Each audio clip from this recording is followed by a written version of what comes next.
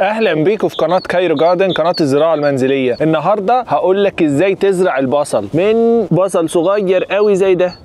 النهارده احنا في المزرعه وهنزرع بصل، والميزه البصل يعني للناس اللي ما تعرفش ان البصل بيتزرع في اي وقت يمكن في السنه، قليل قوي الاوقات اللي ما ينفعش تزرع فيها البصل. وانا عايز السنه دي يكون عندي بصل وتوم، فزرعت التوم. اتفرجوا على الفيديو بتاع زراعه التوم ووريتكم ازاي تزرعوه، والنهارده هزرع البصل وهكلمكم عن كل حاجه عن زراعه البصل. خليك معايا لاخر الفيديو، هقول لك واحده واحده نصايح ازاي تزرع البصل بطريقه سليمه، حتى لو في شاليه في البيت او في ارض عندك. ده البصل اللي انا هزرع منه النهارده. ايه بقى الفرق ما بين البصل الصغير ده لو هتزرع منه ولو هتزرع من بذور؟ تعال اقول لك. البصل الصغير ده اسمه بالبز يعني زي بصل بس صغير خالص، وده بيستخدم لزراعه البصل الكبير اللي انت بتشوفه. طيب بتجيب ده منين؟ ده بتجيبه من اي محل بتاع بذور، بتقول له بس عايز بصل بالبز. لو انت بره مصر، لو انت في مصر بتقول له عايز من بصل صغير ازرع بصل. بيدي لك شنطه مليانه كده زي بالمنظر ده، بص منظر، ودي تقدر تزرع منها بصل كبير ويتاكل ويبقى زي الفل. المزارع بتنتج البصيلات دي او البالبز دي بكميات كبيره، فالمزارع بتنتج البصيلات دي بكميات كبيره علشان خاطر يبيعوها، فانت بتشتريها وده بيسرع لك العمليه جدا. لو عايز تزرع من بذور ممكن برضو، بس الموضوع بيبقى اطول معاك شويه، والبذور بتبقى زي اي بذور بتزرعها، ممكن تاخد معاك مثلا 3-4 شهور لغايه لما توصل للمرحله دي، ويمكن اكتر كمان. وبتتزرع بص في دول البذور. لو هتزرعها في حاجه زي دي، وهتاخد بس معاك شويه وقت، وبعدين تكبر شويه تزرعها في حاجه زي دي كده، وبعدين بتتحول معاك للبصيلات اللي انت شايفها دي. انا النهارده هزرع من البصيلات دي للبصل. تعال اوريك ازاي هنزرعها مع بعض. انا هزرع البصل بتاعي هنا، شايفين الخط ده، وزي ما انتم شايفين انا مغطي هنا. وطبعا لو انتم متابعين كايرو جاردن هتفهموا انا ليه مغطي الارض. انا بغطي الارض عشان بحط سماد تحتها وبيمنع طبعا الحشائش الضاره. طبعا ليه بزرع انا دلوقتي في الفتره دي؟ انا اخترت البصل والثوم لان دي حاجه كتيره قوي بستخدمها في البيت، ومهم جدا ان انت قبل ما تزرع في الارض ان انت تكون عامل حسابك ان مفيش اي حشائش ضاره، وتكون الارض سليمه وشكلها كويس ومتسمده. شكلها كويس هنا قصدي ان التربه شكلها كويس، يعني مش ماسكه في بعضها، مش شكلها يعني فاهم، مش عايز اقول لك يعني زباله. يعني تعالى اوريك مثلا، انا فاهمك قصدي. يعني الارض عندك لازم تكون متسمده ومتقلبه وشكلها كويس. بص المنظر هنا ده مثلا، ده شكل مثلا الارض بتاعت البطاطس. بص الارض متقلبه ازاي والتربه متفككه خالص عن بعضها. ده عشان البطاطس محتاجه ان هي التربه تكون متفككه. لازم دايما تفكر في التربه اللي هتزرع فيها. طيب لو هتزرع في شاليه، الموضوع مختلف. الشاليه انت بتجيب التربه، بتشتري تربه تكون ممزوجه كويس، وانا عامل فيديوهات عن التربه اللي هي كومبوست وبيتموس وبيرلايت. لو هتعرف تجيب التربه دي ممتاز، مش هتعرف اعمل انت تربه من الطمي وهتطلع معاك زي الفل. والبصل مش ما عندوش احتياجات كتيره. تعال بقى بص، هنعمل خط في الارض. لو انت عايز يعني تبقى فظيع هتحط خشبه هنا وخشبه الناحيه الثانيه، وتحط حبل ما بينهم وبين بعض زي الحبل ده كده، وبتعمل خط مستقيم عشان تزرع فيه البصل. انا بالنسبه لي مش فارق الموضوع معايا قوي ان هم يعني يبقوا بالخط مظبوط، فهعمل خط بالشكل ده. انت محتاج بالظبط قد كف ايدك يكون ما بين البصله والثانيه، وده علشان البصل ما يطلعش لازق خالص في بعضه. ادي اول خط وادي تاني خط. طيب هل البصل محتاج مثلا رعايه خاصه او محتاج سماد كتير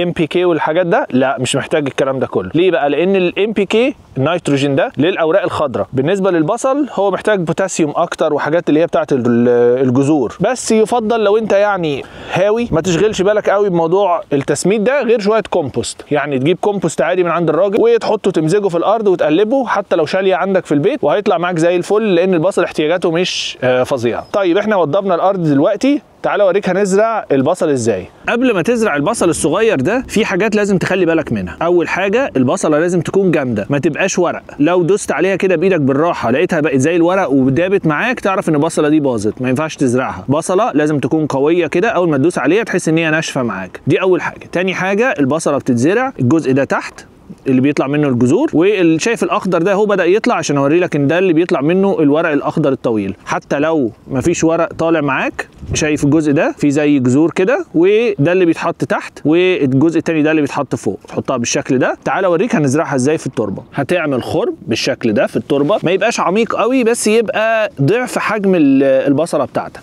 يعني لو البصله حجمها صغير زي ده كده، هتعمل حفره قد ده مرتين، وهتحطها بالشكل ده، وهتكرر نفس العمليه لبقيه البصل بتاعك. وبعد ما بتخلص بتردم عليه بالتربه، بتشيل طبعا اي حاجه، اي جذور او اي حاجه حواليهم، وبتردم عليهم بالشكل ده،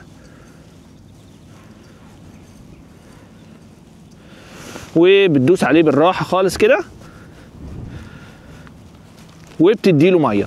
انا هنا مش هديله ميه علشان هنا الدنيا بتبقى فيها مطر، فهتمطر، فمش محتاج اديله ميه. الدور بقى عليا، عندي كل الجزئيه دي لازم اكملها، الخطوط دي، واحط فيها بقيه البصل. انا النهارده مش هزرع البصل كله اللي انا جبت. تفتكر ليه مش هزرع البصل كله؟ انا مش هزرع البصل كله لسبب وجيه جدا على الاقل من وجهه نظري، وده انا هنا بهزر طبعا. هو معظم الناس اللي بيزرعوا البصل بيعملوا الحركه دي، ان انت محتاج البصل يتزرع على دفعات. بمعنى ايه على دفعات؟ بمعنى ان انا دلوقتي زرعت دفعه مثلا 10 11 15، دول هيتحصدوا كلهم تقريبا في نفس الفتره. وميزه الزراعه في دفعات ان انت دايما بيبقى عندك محصول. وانا بعمل موضوع الدفعات ده في زراعه البنجر مثلا، في زراعه البصل، في زراعه الثوم، علشان ما يبقاش عندك مثلا فتره فيها بصل كتير جدا وتضطر تخزن، وفتره ثانيه ما عندكش اي حاجه طالعه في الارض. فده الاسلوب اللي انا بعمله، اسلوب الدفعات. فرق ما بين الزرعه والزرعه اسبوعين، ده معناه ان الحصاد هيبقى مدته اطول.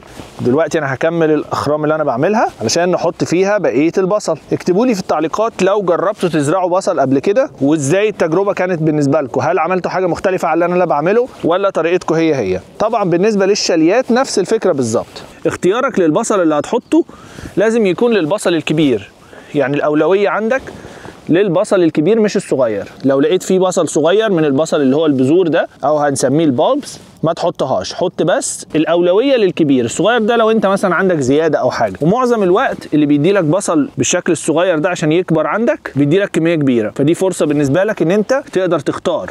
تنساش وانت بتتفرج تعمل لايك وشير للفيديو علشان يوصل لاكبر عدد من الناس اللي بيحبوا الزراعه وتشجعهم يزرعوا. بالنسبه للري بتاع البصل الموضوع مش صعب. البصل مش محتاج ميه كتير علشان ده طبعا حاجه في الجذور، فمش محتاج ميه كتير قوي. بس انت حاول مره كل اسبوعين، ولو الشمس قويه جدا مره كل اسبوع. وبالنسبه للتسميد، انا من وجهه نظري البصل مش محتاج تسميد، بس طبعا لو انت يعني مهتم جدا هيبقى اي سماد متوازن عندك تجيبه للبيت ممكن تستخدمه مع البصل، بس ما تزودش تسميد بالذات لو في نيتروجين كتير، علشان هيبقى راس البصل نفسها صغيره والورق الاخضر هيبقى كتير قوي. الناس اللي متابعه الجنينه هنا، المزرعه اللي بنزرع فيها، هيلاحظوا ان احنا عملنا كل الخشب اللي انت شايفه ده على الارض.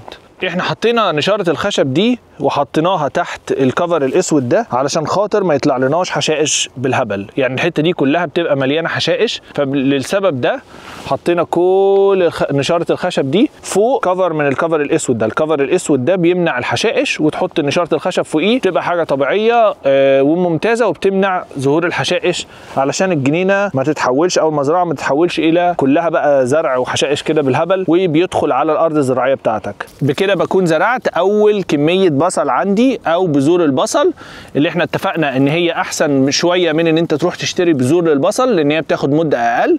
وزرعناها وشفنا الخطوات سهله جدا. بتحفر حفره على قد حجم البصلايه الصغيره دي مرتين، وقلنا ازاي تختار البصل ان هو يكون قوي ما يكونش رفيع عامل زي الورقه، وقلنا ازاي نزرعه بين الجزء ده تحت والجزء ده فوق، والري اتكلمنا عنه، والتسميد. ده كل حاجه محتاج تسمعها عن زراعه البصل. هنعمل فيديوهات تانية عن رعايه البصل بعد ما يكبر وعن الحصاد. اتمنى الفيديو يكون ساعدكم. ما تنساش تشترك في القناه وتتابعني على كايرو جاردن في بقيه المنصات. ولو عندك اي سؤال اكتبه لي في التعليقات. وسؤال النهارده، تفتكر هياخد مده قد ايه علشان البصل نقدر نحصده؟ وهعمل لكم فيديو تاني عن تخزين البصل. تابعوا قناه كايرو جاردن واشتركوا علشان تشوفوا كل الفيديوهات الجديده. شكرا واشوفكم في الحلقه الجايه من كايرو جاردن. سلام.